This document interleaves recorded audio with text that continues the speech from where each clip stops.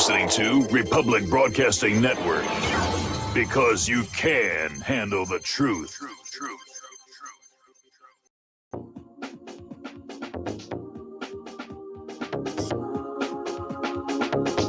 What really happened with your host, Mike Rivero.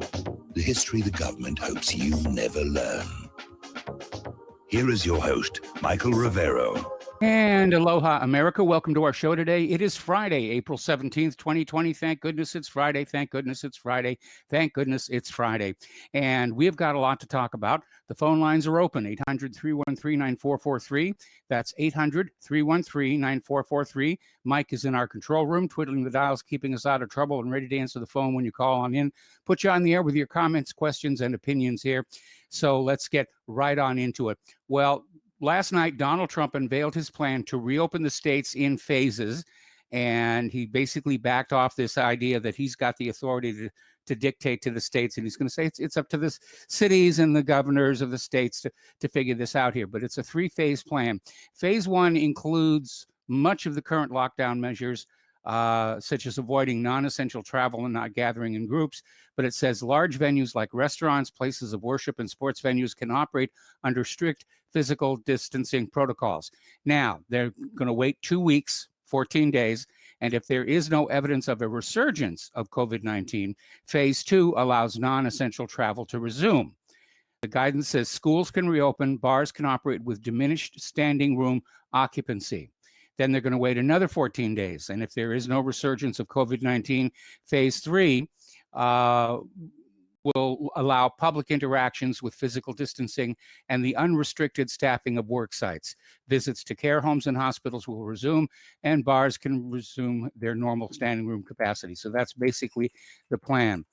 And some of the states are moving forward with phase one right now. Like I said, here in Indiana, we're scheduled next Monday, just next Monday. Wow. Things start going back to normal. All right, we're going to go ahead and take a phone call now from Jim in New York. Hello, Jim. Welcome to the show. What's on your mind? Oh, hi, Mike. I figured it out. This budget bill, the $2.2 trillion budget bill. Yes. If you divide that by 330 million Americans, it comes to $6,600 per every man, woman, and child in America. So we're getting a $1,200 check, which is nice, but we should be went directly to the people. Every person should be getting about $6,600. What do you think? Well, it would be nice if that would happen, but unfortunately, most of that money is in fact going to large businesses and banks and, ordinary people. The attitude seems to be, they don't really need it anyway. In fact, Mnuchin is in trouble for coming out with this bizarre comment that the $1,200 check will last most Americans for 10 days. I'm sorry, for 10 weeks rather. And I mean, that's dumb. That's $120 a week. Who can live on that? Yes, but if you gave it directly to the people, every person would get $660. If it was for the people and by the people. So I don't know why the government just didn't send everyone $6,000 check. For a family of three, it would be like $20,000. At some point this has to be inflationary. I'm shocked that they've kept the lid on inflation so long. I've been worried about it for 10 years, and yet there's been some inflation. But this, at some point, really the inflation has to kick in. What do you think? Yeah, there's no question when you have that much money being put into circulation all at once, the inflationary pressures are going to be very, very high. What it's going to take to keep the inflation from running out of control is a cash sink, and that means rising prices. Yes. One more thought I had. Now Fox News came out and said, "Oh, China's behind the virus."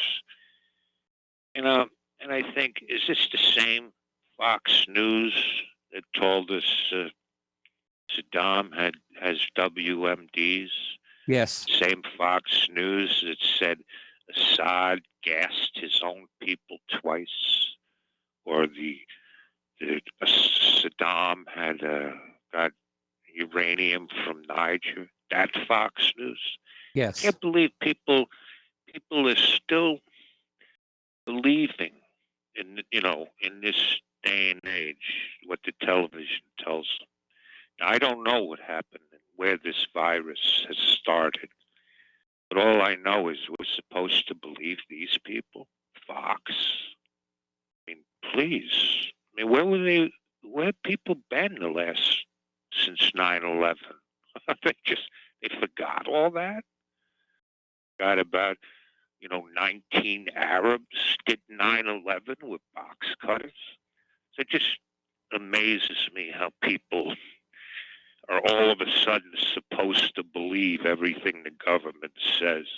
It's like 9/11 because people are afraid it's coronavirus, and they should be.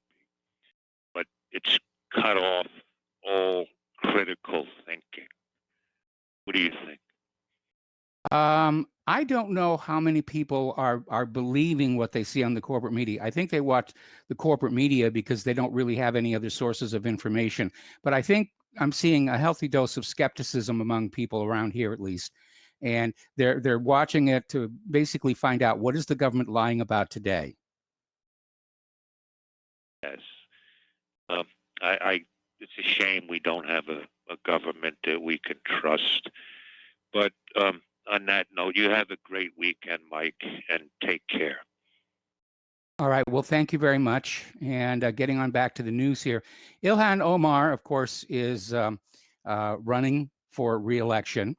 And apparently she's getting ready to pay her new husband's consulting company double what they paid last year.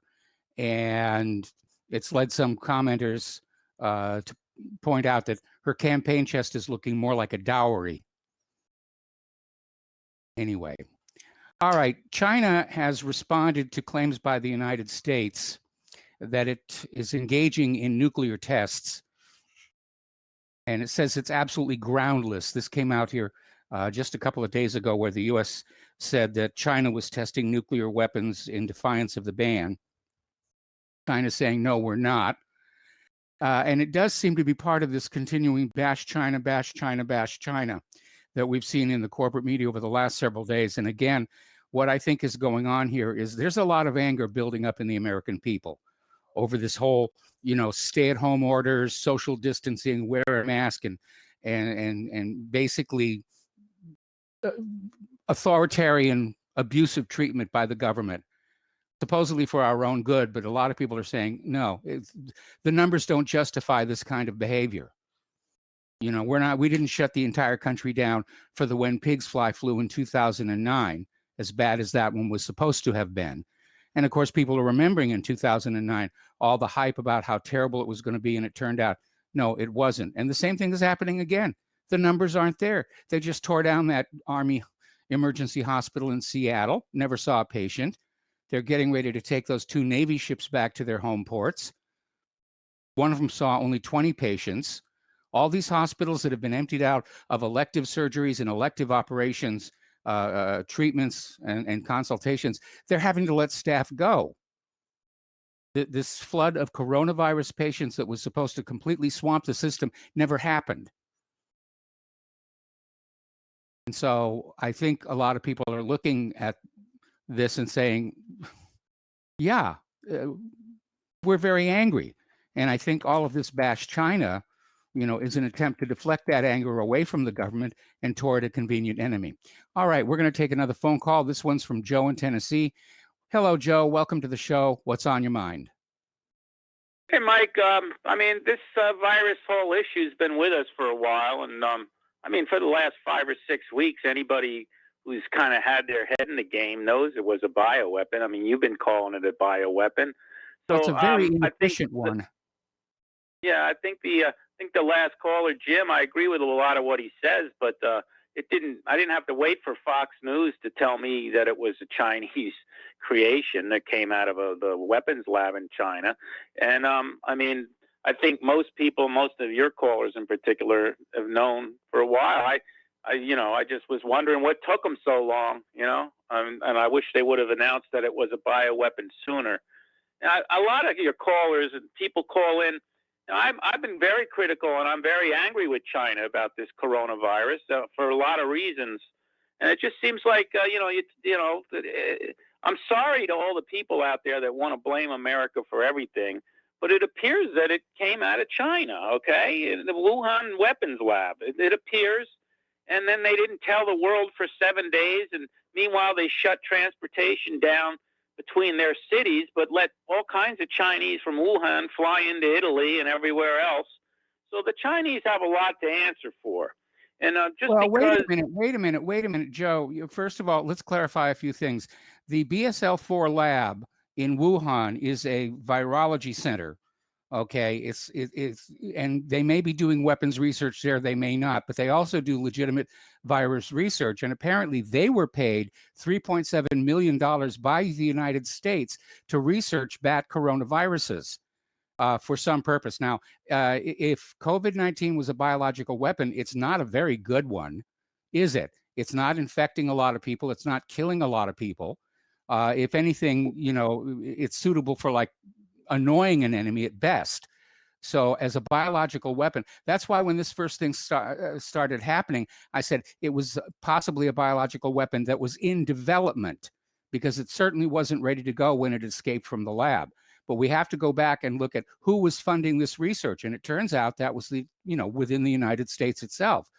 So China was, like anything else. If you go over to China and you want an iPhone, they'll make the iPhone for you. You go over to China and say, explore these viruses for us. They'll explore the viruses for you. It was a business arrangement. But we have to go back and look at the motives of the people who funded this. Well, they disabled an aircraft carrier with this virus, so it must be pretty good for a bioweapon. But actually, the Navy disabled the aircraft carrier by ignoring Captain Crozier's concerns. No, but I mean, it's effective in that it's causing people to die, and even young sailors, and it's causing, the shutdown of our entire pretty much economy that we're going to have repercussions for a long time. Joe, Joe, if the Navy had listened to Captain Crozier at the very start, that whole shutdown of the Roosevelt could have been avoided. No, if the Navy would have not allowed Captain Crozier to take his ship into Vietnam, it probably wouldn't have had the outbreak to begin with. But that's I disagree. I think Captain Crozier was grandstanding, and it had already been all over his ship before the Navy could do. There's other carriers that have it now, as a matter of fact, and Nimitz has got it also. Yep. And I don't think they did a port call in Vietnam. But this coronavirus, I think they should kind of change the name of it, because it's really a cosmopolitan virus. It's really having an effect. And this is what I find interesting, because I'm hearing from all these lefties like Alec Baldwin about how it's good for the environment. And I'm seeing Mayor Bill de Blasio say he's going to keep New York shut till July or August. And I'm just curious when the lefties, the hipsters, are going to get fed up with their own leadership in destroying their way of life. I mean, could you imagine living in New York now and being told you're going to go to August now because of because of this coronavirus, and then having other ones brag about how it's good for the environment? Meanwhile, your life is ruined. You're sitting there without a job, with a city where you can't even go out and have a cup of coffee or go to a bar or do, if I was younger, I'd be infuriated. But, it's just kind of the way it's affecting, I think, cosmopolitan people more than it is rural people. And I think that it's different. The more difficulty, I mean, if you go to the theater and go out to restaurants, stuff that I very rarely do, but the people that live that kind of lifestyle, a social lifestyle, it's really tough. It's a tough one. And I'm just wondering, like, when they're going to start, getting upset about it. And I look at it, what I would be upset is two things. One, I think that they're shutting down everything, and just instead of being a focused shutdown and like shutting, having people in nursing homes obviously be careful, and having people, that are susceptible, and maybe shut the schools down, but to shut everything down, it's just overkill, and it's going to destroy our economy. And if that's what all the lefty, and in a way, I think it's Trump's playing it right, and that let these governors and mayors shut their states down, and people will say, do I like it or not? Now, maybe it'll work where, they'll flatten the curve and less people will die, but I don't agree with that. We had a caller yesterday. He compared Sweden with Czechoslovakia and the death rate. You can't compare the two.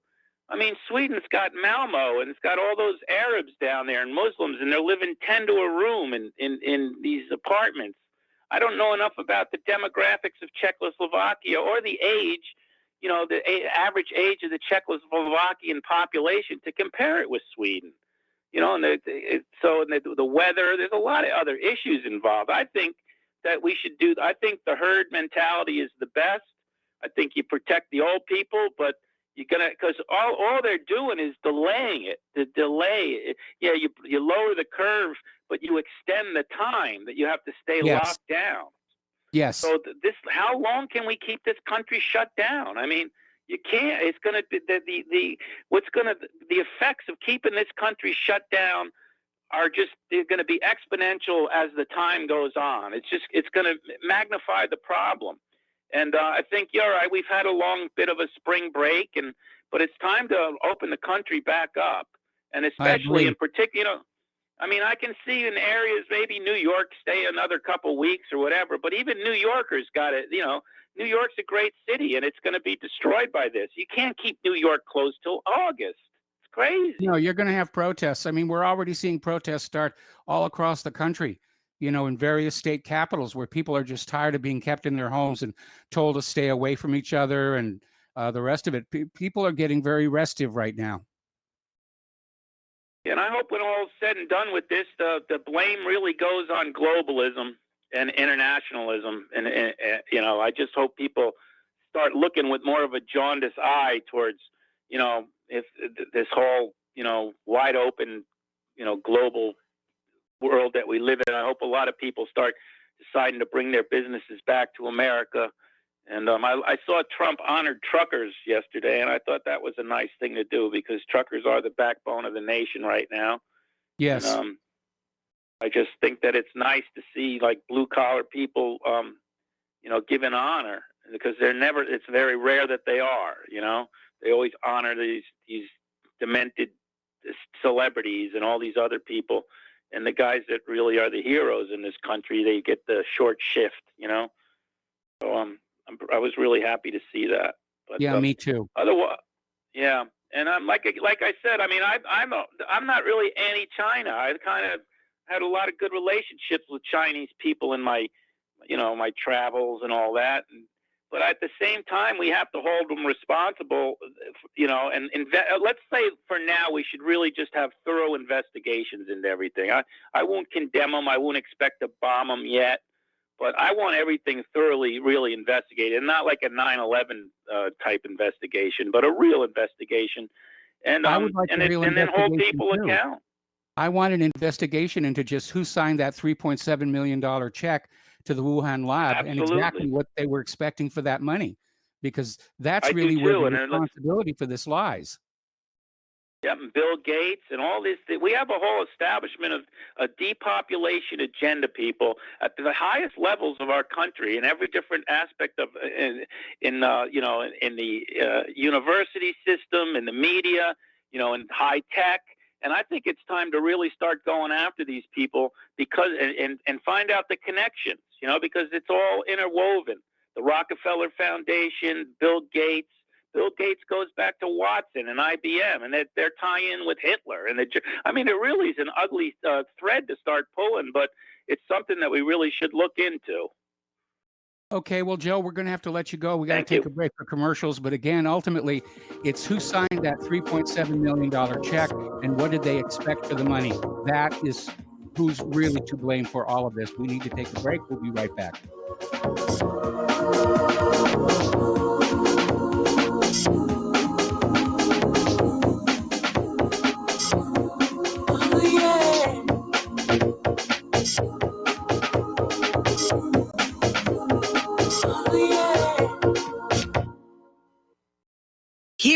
Republic Broadcasting Network, we have been building our online store. Well, we have been focusing on bringing you the best talk show host in the country. Here at Republic Broadcasting Network, we also want our listeners to have products they can use every day and in times of emergency. We have added new products each week to our store. Your support of this network, plus products at the best prices, is a win-win situation. Check out our new store. Go to our website, republicbroadcasting.org, and click on the online store located at the top of our website. Together, we can continue to grow RBN and help our listeners prepare for the future.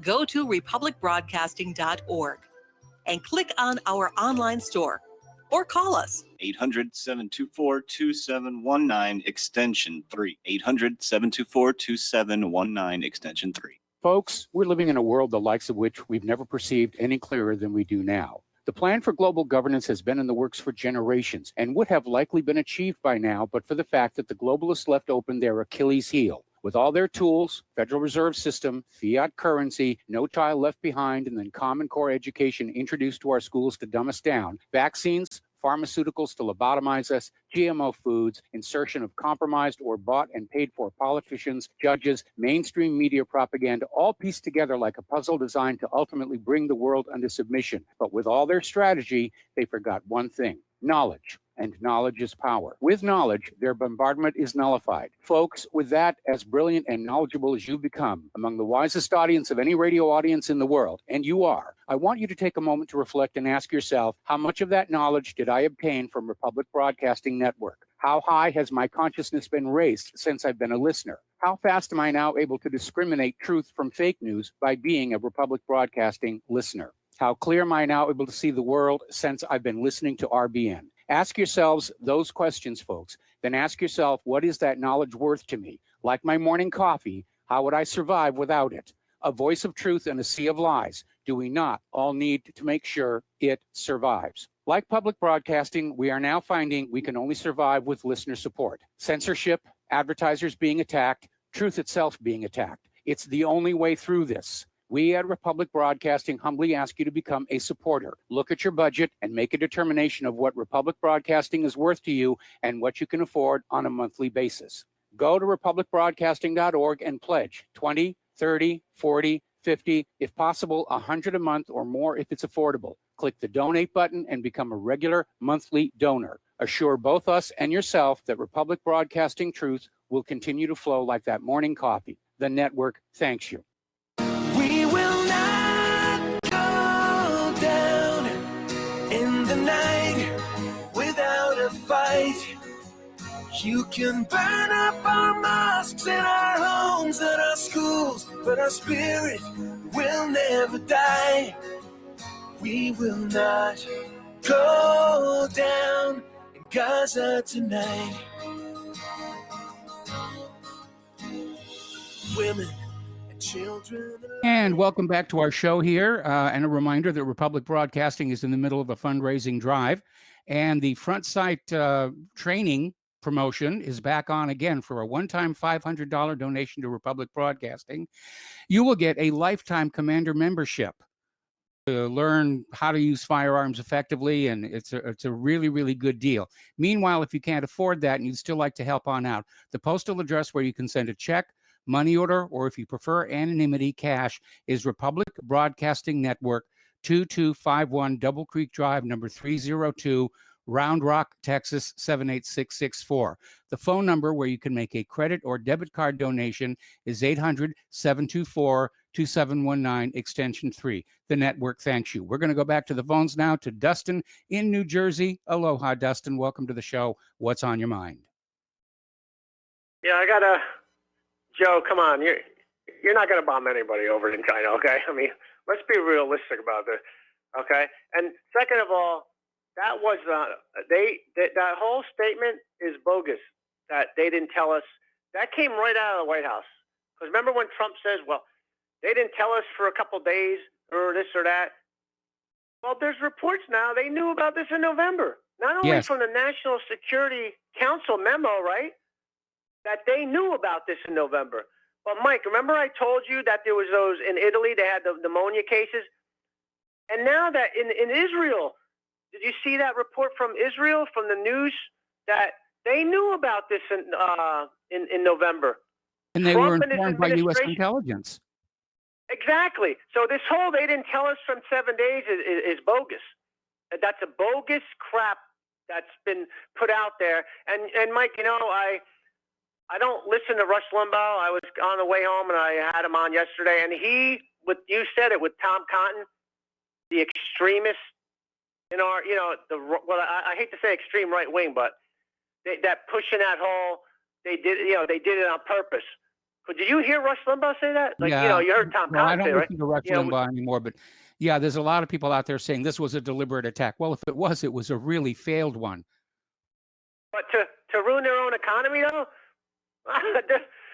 So they're going to not only ruin their own economy, but ruin all the business opportunities they're doing with the rest of the world. Like I want to ask Joe, Joe, China's got 85% of the manufacturing in the world. They're on top, okay? Who benefits from this? China don't, which means they wouldn't release a bioweapon that destroys their business opportunities. I'm sorry, but that's just not going to happen. And then, Mike, I don't know if I'm not a big fan of Michael Savage, but he came out. He was getting on Twitter and stuff, people saying, oh, because he says, like, why would they do that? Why would Xi Jinping ruin his own economy? And people are going up against him, like the diehard Trump people, unfortunately, saying, what are you brought off by the Chinese? Yeah, I see. You know what I see, Mike? I see just a fracturing of people. Like there's no common sense. If you just think about it, why would China ruin their own economy? Like why? It's just Absolutely. They just wouldn't. And Mike, I don't know if you saw this. There's another report saying it might have not came from in Wuhan. It might have came from further south in China. So there's a lot of, Mike. Do you notice? You see there's a lot of doctors on TV. Fox News, they got their doctors. Everybody else got their doctors. You see it on YouTube too, right? I got my virologist. You got your virologist. They're all getting paid to go on TV and say maybe what that certain groups want to hear. Who's right and who's wrong. But Joe, you're wrong to say, well, let's just bomb China or this or that. But I mean, I'm sorry, dude, but come on. And on global travel, dude, how did the Spanish flu start? Did they have globalism back then? I mean, you always had global travel in some form, right? Like you either had it through the boating, right? Like ships going, back and forth or this or that, spreading diseases and stuff. So that's always been here. That's not really about globalism, bringing a virus. Now it could be worse because between 24 and 48 hours you can move it around the world quicker. But there's always been a global travel per se. Remember, was it the East Indian bringing spices back and forth, right? You can bring viruses that way. Yeah. So I mean, well, don't forget in 1918, they were just wrapping up World War I, and the so-called Spanish flu, it was misnamed. I mean, they blamed Spain for it. Spain had nothing to do with it. It emerged at a U.S. military base, and soldiers who were being rotated in and out of other bases around the world carried it around the world, and that's why it became a global pandemic. And it's probably worse now because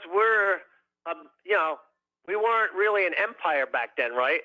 We probably had empire ambitions, but now we're an empire, so we can spread that worse now than then. It's just, I don't know, people need to relax, not bombing anybody. And, I know you got other callers, Mike. I don't want to hang on, but have a good show. All right, thanks an awful lot. We're going to take another break for commercials. Back with more calls after these words.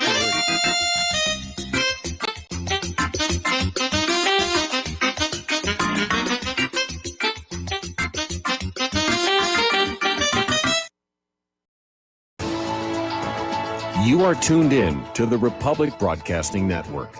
Visit our website by going to republicbroadcasting.org.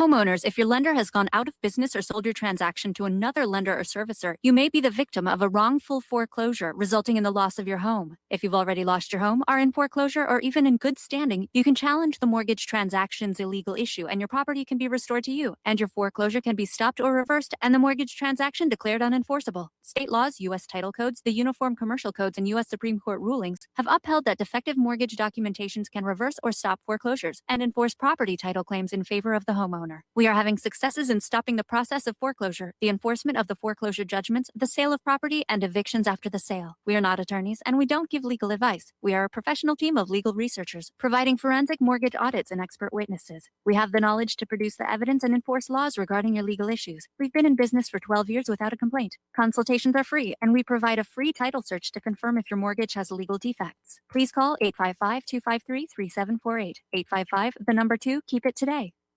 Did you know that you can be tracked and traced when you're online? With identity theft and cybercrimes on the rise, your passwords, your identity, and even your physical location can be revealed to complete strangers. Would you like to surf the internet anonymously and not have to worry about these threats? Well, now you can by visiting patriotinternet.com. For about $2 per month, patriotinternet.com will conceal your IP address and your physical location, allowing you to browse the web, send emails, and instant message anonymously. patriotinternet.com will bypass filters, blocked sites, and keyword blocking. You can also bypass logging by your router and your ISP. With patriotinternet.com, there is no software to install and uses 128-bit encryption for your protection. When using wireless hotspots, patriotinternet.com shields your information from identity thieves and is compatible with Windows, Mac, and Linux. Protect your identity and your freedom with anonymous internet access from patriotinternet.com. Visit patriotinternet.com today. What would you say if I told you we have a new tool that will increase production and lower maintenance costs for your meat processing company? And it would pay for itself in just 6 weeks. When pigs fly! The new EaseOff Model EZ4 replaces old spring-style carcass droppers and is faster, safer, and more reliable. The EaseOff lowers or lifts 1,000 pounds to or from your rail automatically using our remote control. Sounds expensive. Can I afford it? Can you afford not to try the EaseOff? It installs fast with just 3 bolts in place of your current dropper. The effortless operation will reduce fatigue and injuries, speed up your line, eliminate downtime, and increase profit. How can I order my EaseOff? Go to easeoff.com, EAZEOFF.com, and hurry because we are offering $200 off on the new EZ4 for a limited time. Easeoff.com. We make pigs fly. Cows too. EaseOff LLC, Summersville, Missouri, 417-932-6419. What this country is coming to, I sure would like to know. If they don't do something by and by, the rich will live and the poor will die. Doggone, the panic is on. Can't get no way, can't draw no pay. Unemployment getting worse. Welcome back to our show here. We're going to go right back to the telephones here, starting with Ron in the Bronx. Hello, Ron. Welcome to the show. What's on your mind today? Hey, Mike. Good to hear you and good to see you back, man. Really appreciate seeing you. Somebody has to remind Joe that, China's not Iraq. They'll bomb us back. Or, if you really want to get down to it, though, we just surrendered to goat herders in Afghanistan. So, what would happen if you bomb a formidable military such as China? It's just completely ridiculous. I just wanted to say that. Justin kind of stole my thunder on that one. But also, I'd like to touch on Corona here in New York City. It's very real. Like, I hear some people calling in thinking it's a hoax. It's very real. I know people are infected. I know people that died. So it's very real over here, Just wanted to make those points. Also, my buddy Mark, I know he's listening. I want to give a shout out to him. He has a pretty good YouTube channel. He uploads a lot of videos. He got some pretty good stuff on there. Okay. Do you have the name of the channel? Oh, what's Mark's channel? I think if you just look up, no, I don't have Mark's name on the channel. Oh, okay. I would have to figure it out. It's just Mark Shear.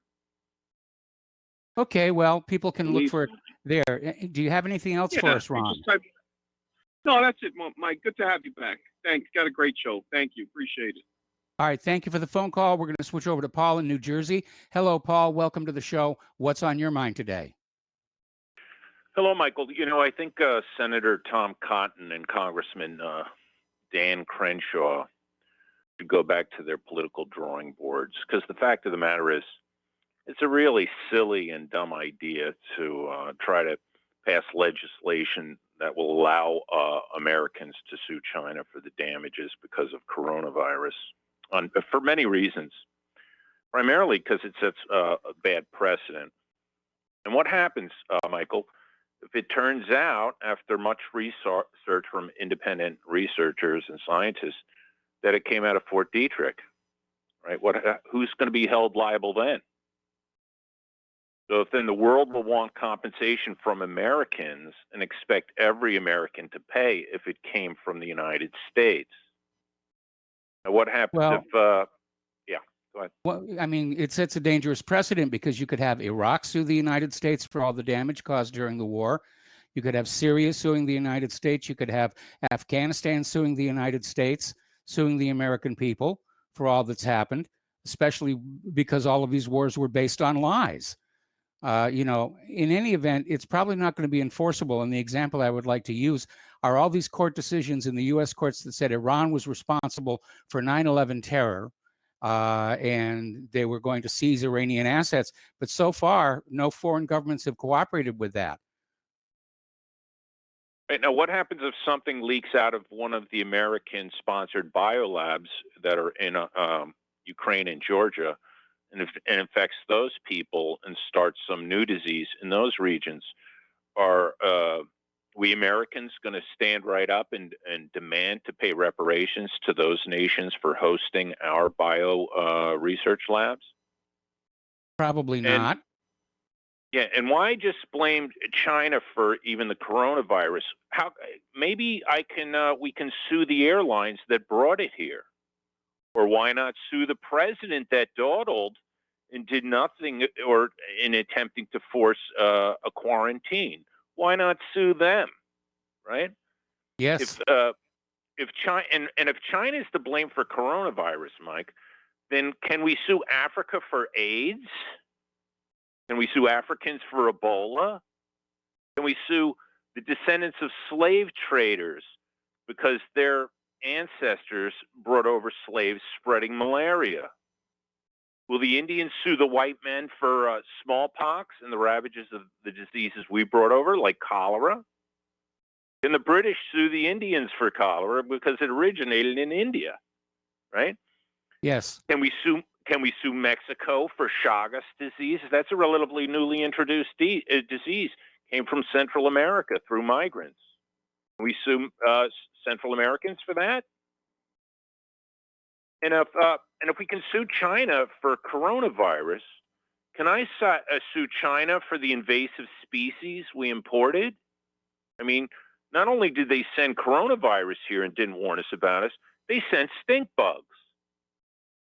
Can I sue the shipping companies for the stink bugs I have to fight from getting into my house every year now that they're have been totally naturalized in the United States? And so these guys got to rethink what they're talking about, let alone that we should bomb, the nuclear power. Yeah, right. The Wuhan markets, biolabs, because remember, I'm sure the Russians would love to bomb those American-sponsored biolabs in Ukraine and Georgia. So if we bomb those biolabs in Wuhan, that sets the establishment. I mean, that establishes a precedent, and that's why you just can't go there. It's just ridiculous. And so, and by the way, on the way out, I just want to say one thing. Michael Savage through Drudge today, there was an interview, and it's nice to know that Michael Savage is more in our camp concerning the coronavirus. Yes. Because he thinks it's very serious. Yeah, but his wife said she's very disgusted and ashamed, and I'm using that word ashamed again, like I did yesterday, that she's ashamed with the what's going on with the conservative movement, because so many of the denialists in the conservative movement who are poo-pooing this whole thing, and as like Rush Limbaugh saying it's nothing more than a type of cold and it's not a big deal. So even Michael Savage is in our camp, and this is a serious issue, but we'll get through it. Put your mask on, everybody, okay? All right. Well, Paul, thank you for the phone call. We're going to switch over to Stuart in Florida. Hello, Stuart. Welcome to the show. What's on your mind today? How you doing, Mike? Doing fine. Yeah, good. Just on the last point, this is a hoax. I hate to tell Paul because the numbers aren't there. Okay, it's less severe than the flu from last year, and the so-called deaths from coronavirus are being heavily manipulated. Doctors can list it as a coronavirus even if it's influenza or some other disease. So it's a hoax. Okay, you got it, Dustin. It's a hoax, but you can wear your mask if you want. Okay. Now, as far as China goes, and who's responsible? If anything, it's the United States that's more likely responsible. More of the evidence points to the United States, and in fact, there was a Taiwanese and Japanese virologist, who said as much. And here's some of the details. Last summer, there was an outbreak of corona-type virus around the Fort Detrick, Maryland site, to the point where it had to be closed down temporarily in August. Okay? Then you had a so-called vaping illness, which was similar characteristics. Okay? That was around September or so, could have been August. And as was pointed out, we were funding the research in Wuhan. So, it looks like a nice little setup if you wanted to blame China. And then, of course, there was Event 201, which suggests that maybe there was foreknowledge of what was going on. Kind of like the drills that seem to go on a couple of weeks or a couple of months before a mass shooting event. Now, you may have seen also that Fauci, back in January of 2017, he was saying that, well, Trump is going to face a major outbreak of, I forget how he put it, but I believe he did use the word pandemic. Now, this was in 2017. And Fauci is connected with Gates and the whole, Yes. I think most people know what that's about. And, the thing is this works on a number of levels, all to the benefit of the people we don't like. The oligarchy helps set up a police state in this country. It helps generate animosity towards China. I know I should have wrote some of the other ones down, but those are two of the big ones. Now, one thing that's a little bit disturbing I heard today on Sean Hannity, and I don't know if they would try to do it. They would be cutting their own throats, I think, because nobody would want to invest in U.S. treasuries. But he's floating the idea that, well, China's responsible and we shouldn't pay our debt to them. Well, that would remove a lot of restraint on China from becoming a little more physical when we bully our way around the South China Sea. So that's pretty dangerous. Yes, and, it is. The final point I wanted to make, unrelated, is I saw today about how there were reports about a so-called, shadow government around Biden. Yes. And given the fact that Trump didn't clean up the electoral process, and they could use this coronavirus as a way to have mail-in votes, they could get rid of Trump and hit the ground running with their program with all their people in place. So anyway, that's all I Yeah, wanted but to add. Obama tried that and it didn't work out very well. Yeah. Well, how do you mean that? Well, Obama had this shadow government that was formed, to try and derail Trump's campaign, and after Trump won the election in 2016, to try and find some way to eject him from office. That was a shadow government. Oh yeah. But in this case, I was thinking more along the lines of kind of what you've mentioned often is, they're going to try to steal the election, and and get in that way, as opposed from, do the whole process before or during the election instead of after the election. Now, there's no And, question there's going to be a lot of election fraud this November. Yeah. So, that was it. So anyway, thank you, Michael. I appreciate it. All right, thanks an awful lot. We're going to switch over to Tom in Utah. Hello, Tom. Welcome to the show. What's on your mind today? Hi, Mike. I don't have quite the beautiful lobby as a lot of your people have, but I do have experience and knowledge. Just want to remind people that we are the great investors into the biological threats to our businesses that are settled right there in China. The greatest investor in Chinese labor is the U.S. pharmaceutical complex. We have more drugs produced in China and other products produced in China. In fact, I was involved with the particle board and the sheetrock that was coming out of China. It was toxic with formaldehyde. I was on the phone all the time with John Huntsman, the ambassador, checking to see what things would interfere with the production. And possibly, of course, in medical production, you got to worry about the contaminants. So there's a high interest in what's happening in that area. And we've done this all over in the world, in pathology, virology, bacteriology, biological issues. We have this love affair between military, industry, and pharmaceutical. And so that laboratory, I know, was an operation by the United States corporations so that they would be aware of the infections endemic to that area that might interfere with our production. We're the big buyers of their products, so we want to know what's at risk. It's like when we sent men down to build the Panama Canal. We were unaware of the problem with malaria. Men died. That was bad for business, bad for the investment. So the people in medicine or in pharmaceuticals, and I have a lot of men around me right here that are basically freaked out because their production is dead. They're in China. 2 months ago, they were bragging as we'd be sitting down in a little group about how well they were doing because they got that profit margin, because they were producing in China cheap and then selling high here. So we have an investment. We are the lab operators. In fact, many of those lab technicians were trained in America. Yes. So the previous two callers hit it right on the head. It's U.S. investments. It's the military, industrial, pharmaceutical complex that was operating that lab to make sure they knew what the risks were for our product and the producers of our product were in that area. And that's what I want to tell you. And I've had experience in that area too. I know what we're doing.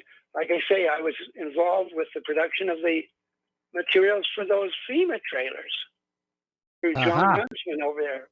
He and I were on Skype face to face many times. I said, we got to find out what's going to impair the production of our product. Well, that's the same thing with the pharmaceutical complex.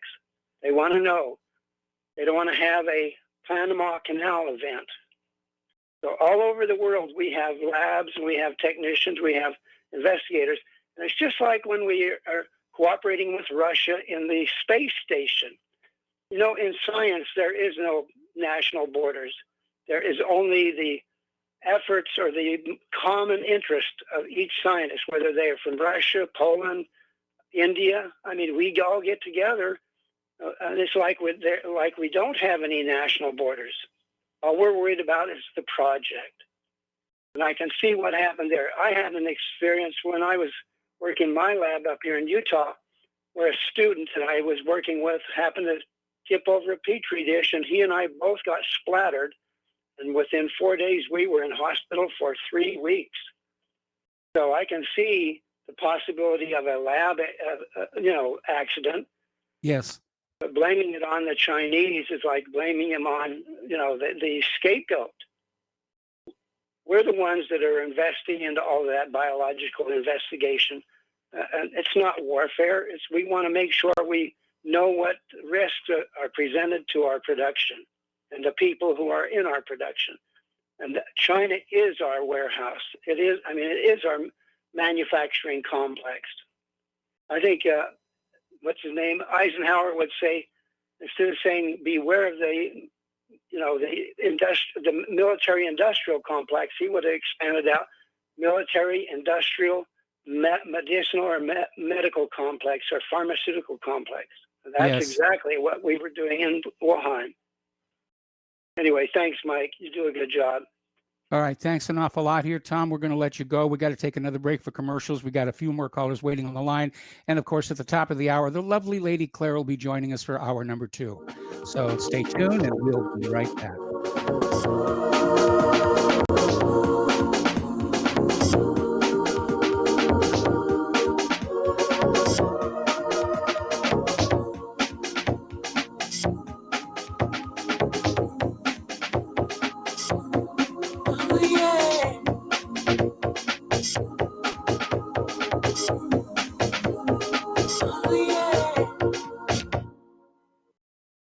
So you love talk radio? Then you'll love TalkStreamLive.com. TalkStream Live is always on, 24/7 with the best streaming talk shows. Find your favorite talkers and discover some new ones. It's free, readily available online or on mobile with any smartphone or tablet. Finding your favorite talk shows all in one place has gotten a whole lot easier. Just go to TalkStreamLive.com. Be sure to download the free apps from Google Play or the iTunes App Store.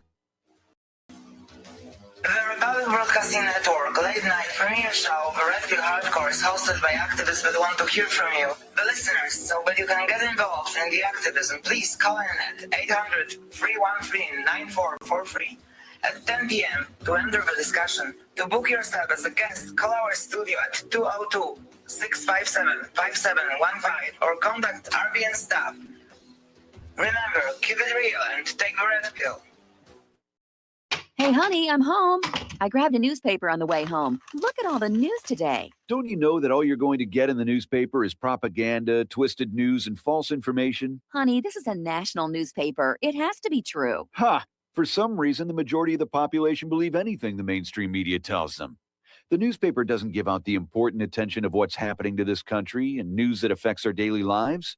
Say, does that newspaper mention anything about the North American Union? No, not that I can see. I didn't think so. You need to go to www.newswithviews.com, where truth is more important than political correctness. That's www.newswithviews.com. Hey, don't throw that away. We can use that in the birdcage. Okay, move over. Let me start reading newswithviews.com. The truth? Read all about it at newswithviews.com. Newswithviews.com, where reality shatters illusion. Many people tell us about their experience with Extendivite. Just listen to what Glenn has to say. Prior to taking it, I had diabetic neuropathy. The Extendivite reduced that significantly. Acid reflux was reduced. I had athlete's foot, very severe. Trimmed that down to about 75%. Dandruff, almost completely gone. I had occipital neuralgia at the base of my skull. I was having migraines, reduced by about 90%. Heart palpitations, my heart would kind of stall out. I would skip a beat, very uncomfortable. And when walking from downstairs going to sleep, by the time I got to the bedroom, which is just one flight of stairs, my heart was pounding, coming out of my chest. My vision was blurry. This completely solved that problem. Great product. Thanks. Tell us your story. Get Extendivite today. Call 1-877-928-8822 or visit heartdrop.com. Extend your life with Extendivite. Some are maxed out all their credit cards. Some are working 2 jobs and living in cars. Minimum wage won't pay for a roof, won't pay for a drink. If you gotta have proof, just try it yourself, Mr. CEO. See how far $5.15 an hour will go. Take a part-time job at one of your stores. I bet you can't make it here anymore. Welcome back to our show here. We're going to go right back to the phones and try and get to these phone calls before the top of the hour. Mark in North Carolina, hello. Welcome to the show. What's on your mind? Oh, Mike, what's going on? Say, sorry, I was doing something. I just heard, a couple of callers, including my good buddy there, Ron. Let me just give out my YouTube channel, okay? I gave it out before in this channel. I have gotten a few people from your fans. My name is Mark, M-A-R-K. Last name is S-C-H, 2 E's and an R. And you'll see that circle there with my picture and my ugly mug in there. I'm wearing a hat and sunglasses. All right? So that would be it. I've got quite a few. I've already got quite a few subscribers, more than I thought I would get. Anyway, listen, anybody who thinks you're going to bomb China and get away with it, like Ron said, this is not Iraq. It's not Afghanistan, okay? We're talking about a major superpower. Now, I don't believe that we could defeat China a one-on-one in a conventional war even. Our military is demoralized. The Chinese, people don't understand. The Chinese are very proud people, very nationalistic, and they've built up that nation quite a bit. And remember, we couldn't defeat them back in the Korean War. That was how many years ago? And they were just getting started at that time, and they held us to a standstill. So anybody who thinks we're just going to go in there and do an Iraq type deal, And of course, Russia could very likely get involved, and it very likely would be the end of the planet by the time it's finished.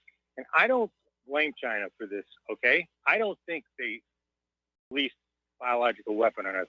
It makes no sense for them to destroy their own economy and kill their own people by dropping this bomb on themselves first. And they go, I think if it is a biological weapon, you want to bomb somebody, you want to send the B-52s over there, send them over to Fort Detrick, or maybe to Bill Gates' what is it, in Seattle, Microsoft, or to Silicon Valley. Send the B-52s over there, because I think if it is a biological weapon, that's where it was created. Now, I'm kind of up in the air. I still think it may be a biological weapon, it may not be, but it wasn't done purposely by China. Why would they? It makes no sense. No, it doesn't make any sense at all. If they're going to unleash it on themselves, you know. What I like I said, these people who arrogantly think we can go to war with anybody we feel like, those days are over, folks. Those days are over. China is very much a superpower. Okay, they're a fully nuclear equipped nation. They've got the ability to bomb us to smithereens, as we have, by the way, the ability to bomb them to smithereens. And again, there's always the chance Russia gets involved, and then of course probably Pakistan and India would start hurling bombs at each other. Israel would get involved somehow. Iran would get involved. It would probably be destruction of the world, of the planet.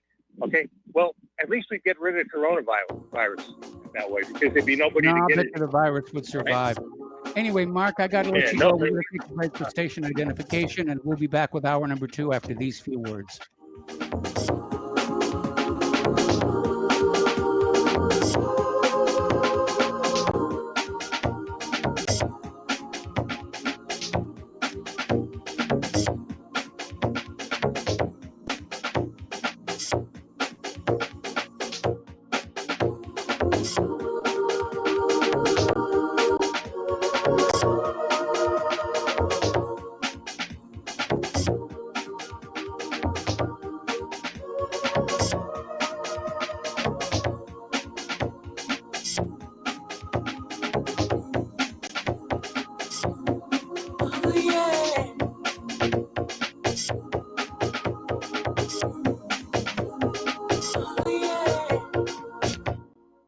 What would you say if I told you we have a new tool that will increase production and lower maintenance costs for your meat processing company? And it would pay for itself in just 6 weeks. When pigs fly! The new EaseOff Model EZ4 replaces old spring-style carcass droppers and is faster, safer, and more reliable. The EaseOff lowers or lifts 1,000 pounds to or from your rail automatically using our remote control. Sounds expensive. Can I afford it? Can you afford not to try the EaseOff? It installs fast with just 3 bolts in place of your current dropper. The effortless operation will reduce fatigue and injuries, speed up your line, eliminate downtime, and increase profit. How can I order my EaseOff? Go to easeoff.com, EAZEOFF.com, and hurry, because we are offering $200 off on the new EZ4 for a limited time. Easeoff.com. We make pigs fly. Cows, too. EaseOff LLC, Summersville, Missouri, 417-932-6419. This is RBN, the Republic Broadcasting Network.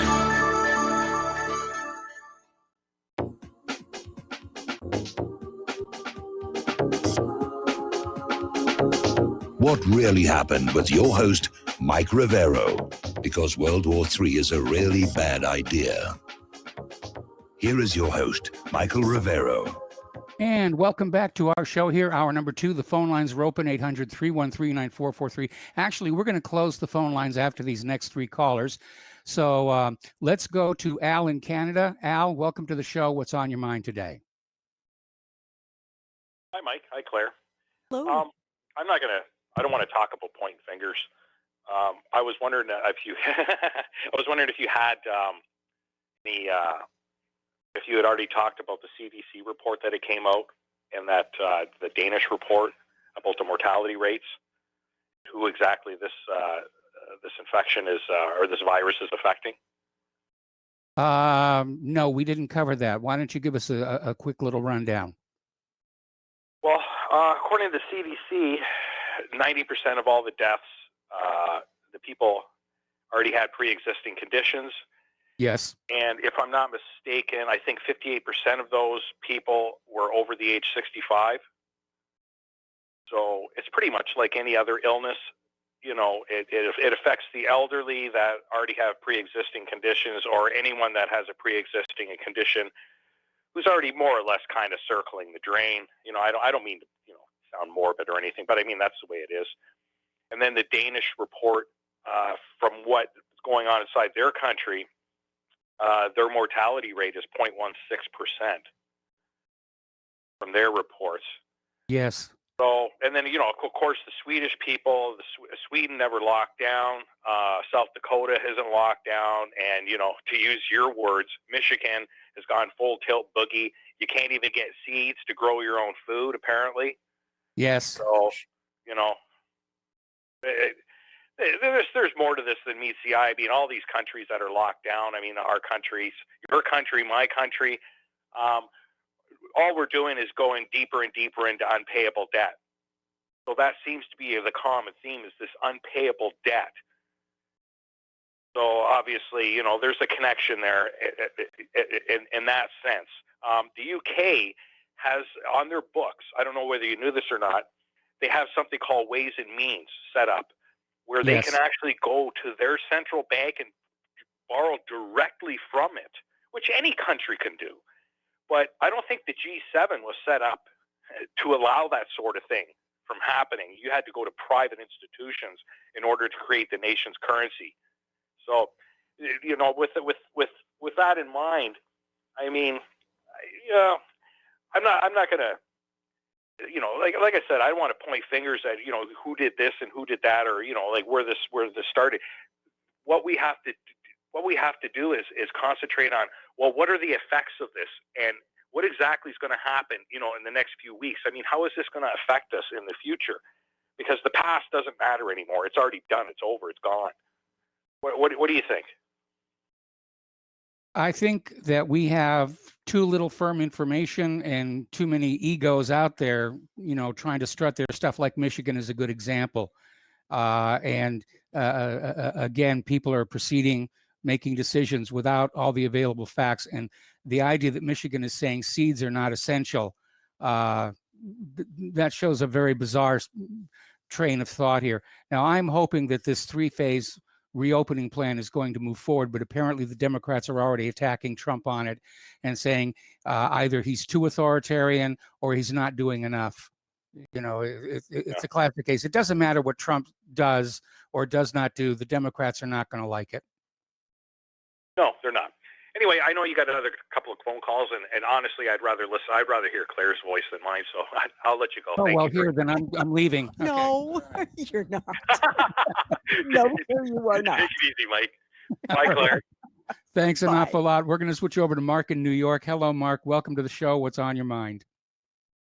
Hey, how you doing? Hello, Claire. Good to talk to you again. I don't want to cut too much into your hour. I have tons of questions about corporate structure, corporate greed and crony capitalism. But I thought I'd wait a couple of weeks, let you talk and stuff. But I mean, I wanted to throw Ruth Bader Ginsburg at you and say, do you think her behavior is appropriate for a woman her age? Should we just allow these people? She's most likely bedridden. You know, who knows if she has, you know, the virus and stuff like that, whether it be reported. I mean, have you given it any thought? I don't mean to pop quiz you on it. Well, but, you know, the obvious issue here is the Democrats are in a panic that especially if Trump wins re-election this November, he's going to get to load up that court with conservative justices. And the Democrats... And which he should, because they did it to us. So how about Yeah, this? I'm not saying that's a bad thing. I'm not saying that's a bad thing. Ruth Bader Ginsburg, I think the reason she's staying on is to prevent Trump from being able to fill her seat. But I don't think she'll make it through a second Trump term. They have a right to say it's their seat. Because 50 years, 60 years ago, there were no progressives in the Congress strong enough to take it. They were in the corporate world, according to Dinesh D'Souza. But do you think they have a right to say it's their seat, the way the media reports that it belongs to them, that that's really a progressive seat? Well, I think it's sort of natural for them, after they've been appointed to the Supreme Court, to view that chair that they're sitting in as their seat on the bench. Yeah, I don't think so. I think they should shorten the terms, limit the terms, because these antiquated things, you know, the 60s radicals, you know, maybe it's not so popular right now. It's changed. I don't think it's their seat. I think it's the American seat. And if the majority of Americans want them in there, you know what I mean. I know what you're saying. Yeah. The idea is that the Supreme Court should be free from political influences.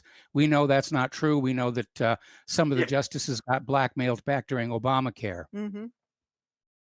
Yeah. Now, the idea, I wanted to call in just because you guys are touching on coronavirus.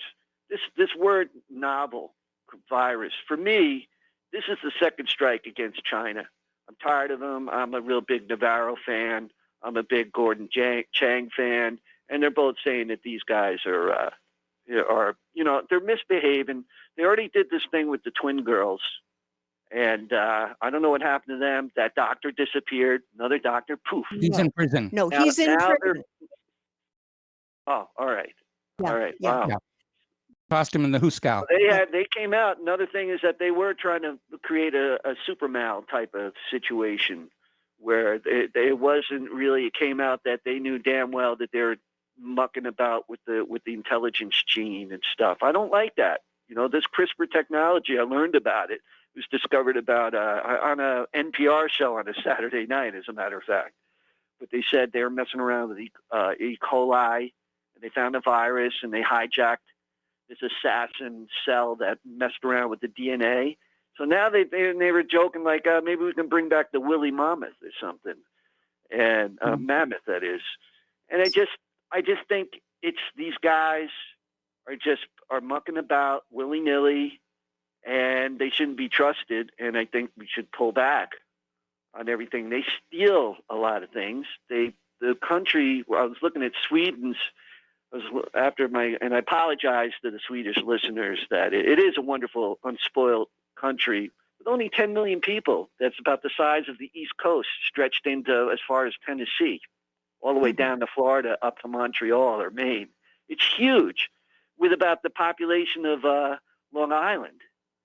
And that's how they can get away with, you know, a nice, easy kind of social, everybody pays a little for the health and the and Social Security and stuff. Our country is too messed up, with too many hands in the pot in the cookie jar to be trusted with that much. On the average, it's 32% when you're making like 20,000, first 2,000 not taxed, and then over like 60, you pay another 20%. And I can see how that can work out for a population of 10,000. And a homogenous, other articles I've read saying they're mostly all Norwegian, Nordic, homogenous community. It's all the same people. It's not like here where we have all these people, all these illegals, all these different, everybody's divisive, and it's all corrupt, and it's all this cronyism going on. So But anyway, it's a beautiful country with, kings and queens, royalty, and very spread out. And I could see how a mega mind globalist would say, okay, the gravy train is over for Sweden. Let's start mucking with it, messing it up, sending people in there because it's huge, absolutely huge, with a small amount of people. So I hope they can hold on to that because it's a great place. And that's all. Okay, That's all I want to say. All right, Mark, thank you very much for the phone call. We're going to take one more phone call before I turn the microphone over to Claire, and that's Jim in Montana. Hello, Jim. Welcome to the show. What's on your mind? Hey, Mike, how are you? Doing fine. Good, good. All right. A lot of your listeners, they're a lot sharper and a lot brighter than I am, honestly, But, today, on this hour, on this minute, I think that I can get us reined in and focused in on the point a little bit here. China is a little bit to blame in the sense of that they're as responsible as the rest of the cabalist, deep state, bought and paid for saboteurs that are in our own government as well, like Nancy Pelosi and the director of the CIA and the rest, and half of the other fake liberal deep cell operatives that are in Congress, and half of the other fake deep cell Democrats that are in Congress. And at the very top of it all, and most of us already know this, but sometimes it helps to just have a refocus. None other the private central banking system. And yes, who is the lead architect? The lead architect of it all. The Rothschilds, who control, who pretty much own most of the private central banking network and control over 70% of the world's money flow. Okay? They at the very top. Okay? Yes. So going and attacking China, the people of China, for the most part, they're in the same boat we are. They're innocent enough. It's the upper levels of the Chinese government, just like with our government. They're all in the same cabalist club, all receiving their orders from the Rothschilds. Maybe not directly from the Rothschilds, from private central banking system. Because as we all know, all wars, all destruction, all of that are bankers' wars, bankers' destruction. For many other reasons, but the main one, like the couple callers ago said,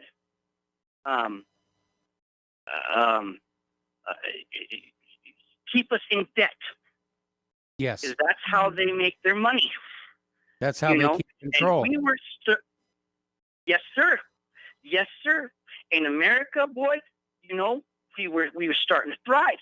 We were starting to come back to our feet, and I think I heard rumors, I'm not sure for sure, that Trump was actually maybe talking about nationalizing the bank system. Hallelujah, if he would do that. That's that would do a lot of damage if we nationalized our banking system and got it out of private hands. Well, I agree. Hitler, terrible guy.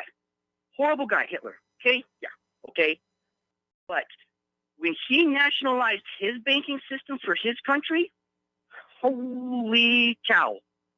Those guys that country just took off. They called it the German miracle. Yes, sir. Time Magazine's Man of the Year. Okay, yeah. I'm not supporting Hitler in any kind of way, of course. Okay, but that, let's not forget, my friends, and I love all my information warriors, all of us, we're all in this together. I love all you guys. You know, Paul too. You know, all you guys. You know, Paul's not necessarily, completely wrong. You know, there are levels in that Chinese government that were just, part of the Kabbalists that are in on it. And those, as far as the COVID-19 goes, one of your, first like 3 or 4 callers, gentleman from New York, and he said he knew a couple people that had passed away in the situation. Man, my heart goes out to you, man. I love you, brother. And if I would tear the flesh from my own body if it could help those people that you knew, or in any kind of way, All right. Well, Jim, But the Jim, we're going to bring thing you. is, sir, Sum up. thing Sum is, up. though, okay, the thing is, though, is that we don't know. I'm sorry. We don't know what they died for, what they died from. All we know, and I'm sorry, man, but all we know is that they died and that they were tested with a complete, phony, worthless, mock COVID-19 test. A test that tests for genetic materials that all of us produce. Okay? So all we know is that we don't know. Because these people all being tested with a test that is, it's garbage. You might as well just throw that test in the garbage. The only purpose, if you come really down to the logic of it, base and common sense base of it, the only purpose I could find for those tests is just to make it look like everybody that's sick and dies, everybody that's sick and everybody that's dying has COVID-19. Until they actually come up with a test that tests for the viral genetic material, those tests are they're more good for. No, they're a little better than tossing a coin. There are so many false positives and false negatives. Anyway, Jim, we're going to let you go here. I gave you a big chunk of time here. All right. So thank you very much. We're going to close the phone lines now, and we're going to go with the Lady Claire here. And we've got about 2 minutes before the next commercial break, so you can tease into what you want to talk about. Well, I will in a second. But Mike, you and I have been discussing how this pandemic has been bringing out some of the best and some of the worst in humankind. And I wanted to give a shout out to one of the members of Saturday Night Live, Michael Shea. What this guy did to honor a grandmother who died of COVID-19, he paid the rent for all the other people who live in the particular apartment complex where she had lived. And I thought, what a beautiful way to honor someone you loved. She must have been extraordinary in this guy's life. Now, his politics and my politics, zip codes apart, okay? Opposite ends of the universe, but that's okay. But he did something really kind and positive to people who may have needed that greatly. And also regarding the medical community and pharmaceutical community, I have a story that I'm going to share probably in one of the later segments because we have a little bit more time. But I would also like to mention that this is the year when the national debt for this country is going to exceed the GDP. The gross domestic product. Gross domestic, Okay. yeah. And folks, if you have not thought about prepping, maybe now would be a great time. And I've got a few things to say on the other side of the break that I think may be very useful. It was coming up very soon. Yes, as a matter of fact, it's coming up here in about 8 seconds. Yes. And we're going to take We're a break ready for some commercials, and then we'll be back with the lovely Lady Claire after these words from our sponsors.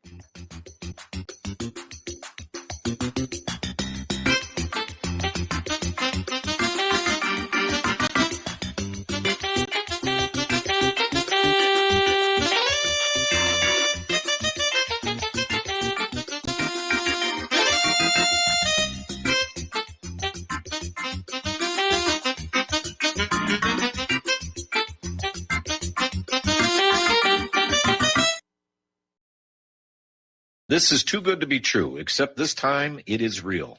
100%. No joke. How about a $25,000 membership to Front Sight Firearms Training Facility as a thank you bonus for a one-time donation to RBN of only $500? It is a Commander lifetime membership with no yearly fees or dues. The training is free for the rest of your life with over 50 different classes. Then leave it to your designated beneficiary. You provide the approved firearm, holster, ammo, eye, and ear protection. Many features and bonuses are included, more than you would ever expect or believe. This is the ultimate graduation present, wedding gift, etc., etc. See the details. Go to RBN's webpage and frontsight.com to make it happen. You will hear this offer only on this radio network. Help keep RBN alive. Tell 5. As a listener of RBN, you're surely concerned about being informed and being ready for whatever may come. Please consider the following questionnaire as a soul-jarring wake-up call. If you answer no to more than 2 of these following questions, you probably aren't going to make it through any major disruption in our country. The questions were compiled by people that have been there. Are you really ready? Do you own your own firearm for the primary defense and protection of you and your loved ones? Have you ever been professionally trained to stand against life-threatening behavior? Have you ever practiced enough to fire 500 rounds during a 2 to 4 day time frame, day and night? Can you load, unload, fire, and clear a jam in total darkness? Have all the adults in your household been professionally trained? Are you, life and death, comfortable with your abilities with pistol, revolver, shotgun, and rifle? Are you aware that everything that you do to prepare for an emergency is a waste of time, money, and energy? If you haven't honed your abilities to their highest level to protect and keep what you have, do you have the repair parts that will most likely be needed for each of your firearm, and do you have the ability to install those parts? Could you completely clean every firearm you own? Are you aware that your body won't go where your mind hasn't been? In other words, without proper training, followed by regular practice, you probably will not win a gunfight. Well, how did you measure up? Take the once-in-a-lifetime opportunity to start correcting your deficiencies by receiving your Commander lifetime membership with Front Sight Firearms Training Facility. A one-time donation to RBN for $500 will give you a Commander lifetime membership at Front Sight as a tremendously huge thank you bonus. See details on RBN's webpage to make it happen. The clock is ticking. You had better be ready before it happens. We will not go down in the night without a fight. You can burn up our mosques and our homes and our schools, but our spirit will never die. We will not go down in Gaza tonight. Women. Welcome back to the show here, and I'm going to turn the microphone over to the lovely lady Claire, who's got an issue to raise, which is probably of interest to a great many of you. I think I'm going to take that into the next segment, but I wanted to go back to prepping. Okay. Prepping is not one thing. It's got to become a lifestyle. And I suddenly remembered that it is actually part of their religious ethos for the Mormons Yes. to prep. And they've been doing it for hundreds and hundreds of years, ever since that first religion came about in the United States. They're very good at it. And they're very good at it. And they've got a ton of information online that is very clear, very well put out. They talk about canning, they talk about preserving stuff and how you do it. And they take you through a step by step. And if you want to, just what I did was I typed in my search engine, Mormon food prepping, and it came back with a ton of information. All of it good, all of it logical. And I know for some people it may sound like overwhelming, but guys, just a little at a time. Yes. And these Mormon guides that are online are fabulous. And they give you a practical blow by blow, if you will, description. Step 1, step 2, Step 3, Step 4. And you're also going to want to find where you can get the best deals on stuff your family eats. If it's stuff your family doesn't eat, don't go there, you know. And it was funny during this last supply chain management fiasco, which we've all been experiencing. If you go to a regular supermarket or you go to a big box, supply chains have been a problem in this country. And I don't know that they're going to get better soon. So please, you know, get yourself started.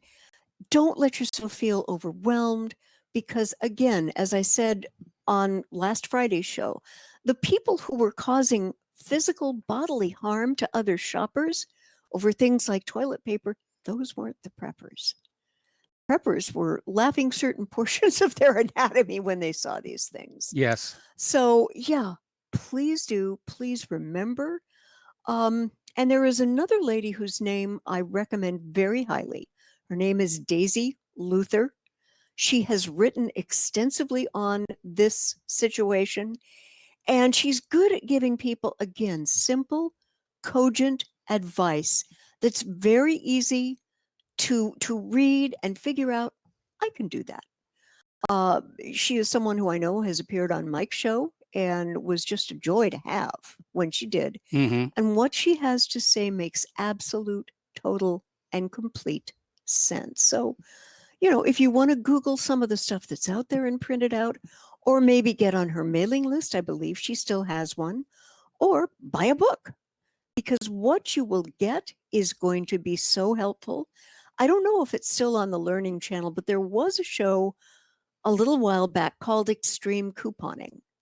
Now, that means you're going to have to knuckle down, probably look at the online sales, and also you might need to actually physically get a paper and look for the What's a paper? I know, what's a paper, but more likely they will have these deals online as well. And so if it's something the family uses a lot of, get it on sale. You know, use your timing wisely to be able to know what you're going to need and reconfigure a space. And I know a lot of our listeners live in smaller spaces these days. They live in Yes. smaller apartments because they need to be close to work.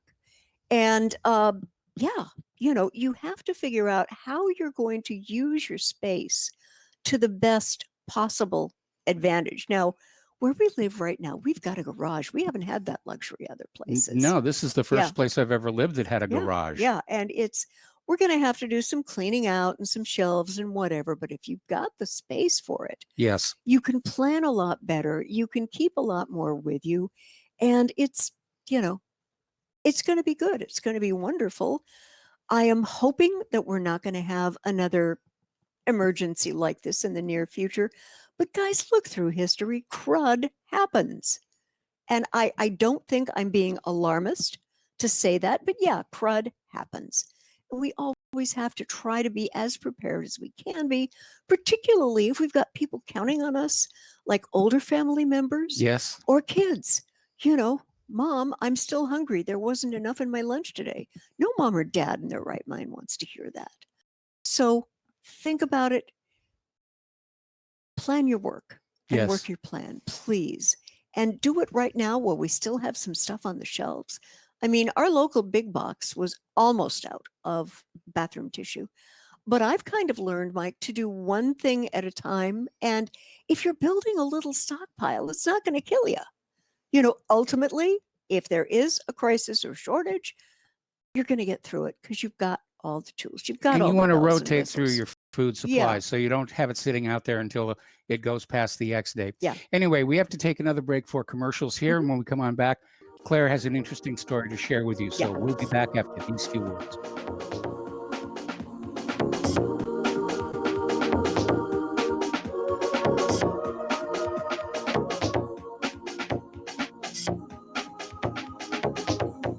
Are paying the right party, we can help. Our initial